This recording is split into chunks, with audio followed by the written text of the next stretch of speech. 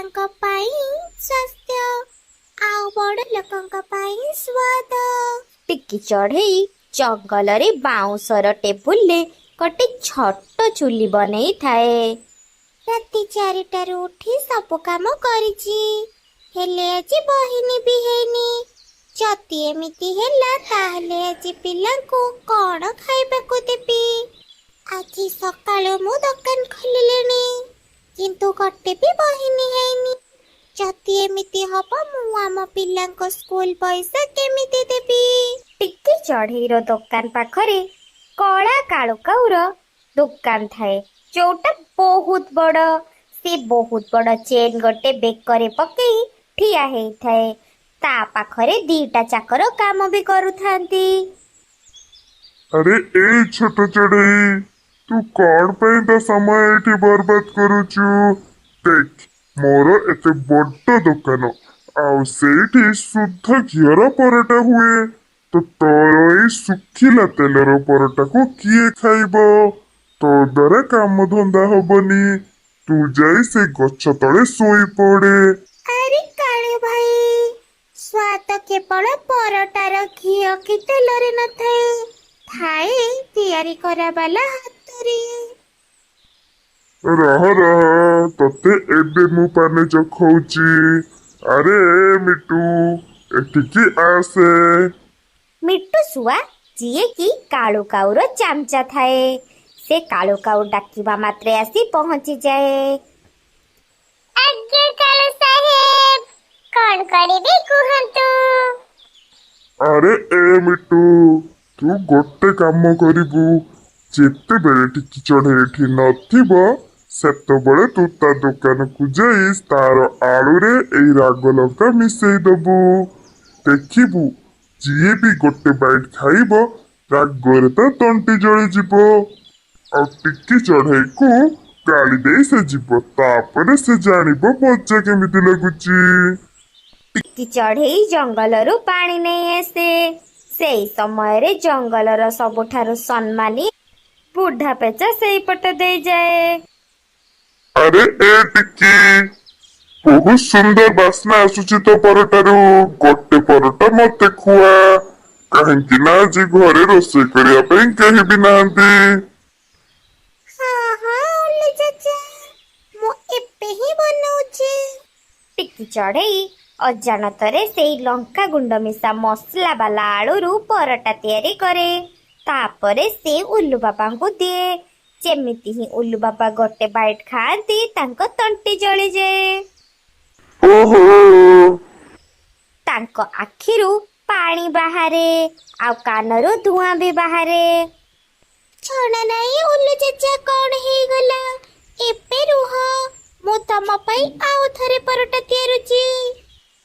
ରହିଯାଅ ଟିକି, ଏଇ ପରଟା ବହୁତ ସୁନ୍ଦର ହେଇଛି।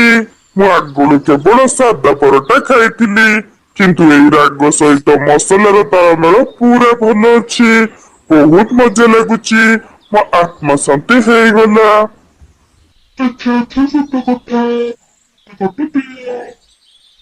ତାପରେ ମାଙ୍କଡ଼ ଆସି ସେ ପରଟାରୁ ଯେମିତି ଗୋଟେ ଖାଇଛି, ତା ମନ ପୁରା ଖୁସି ହେଇଯାଇଛି।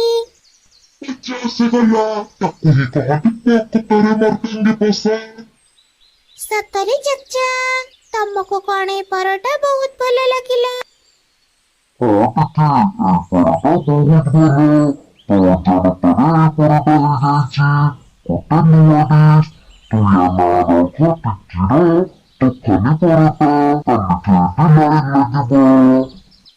ଦୂରରେ ଥାଇ କାଳୁକାଉ ସବୁ ଦେଖୁଥାଏ। ସେ ତା ମୁଣ୍ଡକୁ କାନ୍ଥରେ ପିଟେ।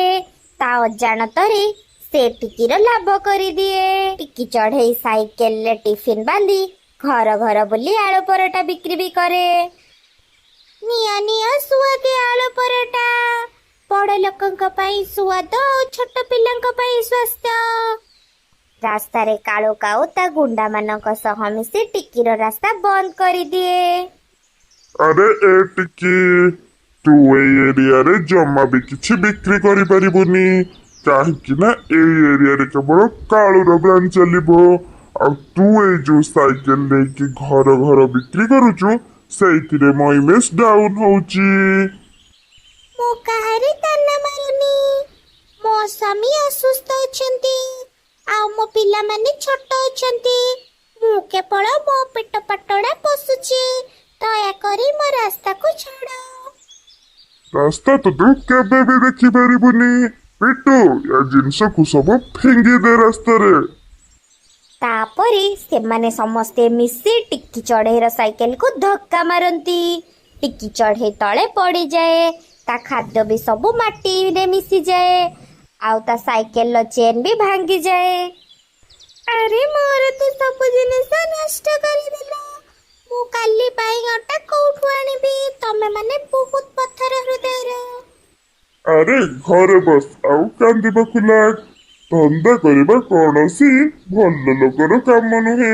ତାପରେ ଟିକି ଚଢ଼େଇ କାନ୍ଦି କାନ୍ଦି ତା ଭଙ୍ଗା ସାଇକେଲକୁ ଘୋଷାରି ଘୋଷାରି ନିଏ ଆଉ ରାସ୍ତାରେ ଗଲାବେଳେ ସେ ଗୋଟେ ନୋଟିସ୍ ଦେଖେ। ଜଙ୍ଗଲରେ କୁକିଂ କମ୍ପିଟିସନ ହବ ଆଉ ଯିଏ ବି ଜିତିବ ତାକୁ 5,000 ସ୍ୱର୍ଣ୍ଣ ମୁଦ୍ରା ମିଳିବ ଆଉ ଜଙ୍ଗଲରେ ଦୋକାନ ଖୋଲିବା ପାଇଁ ଫ୍ରି ଲାଇସେନ୍ସ ମିଳିବ। ଏଇଟା ହିଁ ମୋ ପାଇଁ ଗୋଟେ ସୁଯୋଗ। ସେଇ ଜାଗାରେ ବହୁତ ଜଣ ଚଢ଼େଇ ଥାନ୍ତି। କାଳୁକା ଆଉ ତାର ବିଦେଶୀ ମସଲା ସହ ଚୁଲା ନେଇ ଆସିଥାଏ ଆଉ ଟିକି ଚଢ଼େଇ ଗୋଟେ ଛୋଟ ଚୁଲି ଆଉ ତା ସହିତ ଘର ତିଆରି ମସଲା ନେଇ ଆସିଥାଏ। ଶୁଣ ଶୁଣ, 30 ମିନିଟ୍ ଭିତରେ ତମକୁ ତମର ସବୁଠୁ ବେଷ୍ଟ ଖାଦ୍ୟ ବନେଇବାକୁ ହେବ। ଆରେ ଏ ଭିକାରୀ ଚଢ଼େଇ ଏଇ ଯୋଉ ମାଟିର ତାୱାରେ କଣ ବନେଇବ? କୋଇଲା ବନେଇବ କି? ଟିକି ଚଢ଼େଇ ଆଳୁ ସହିତ ଡାଳିମ୍ବର ମଞ୍ଜି ଆଉ ବିଭିନ୍ନ ପ୍ରକାର ଜଡ଼ିବୁଟି ମିଶାଏ।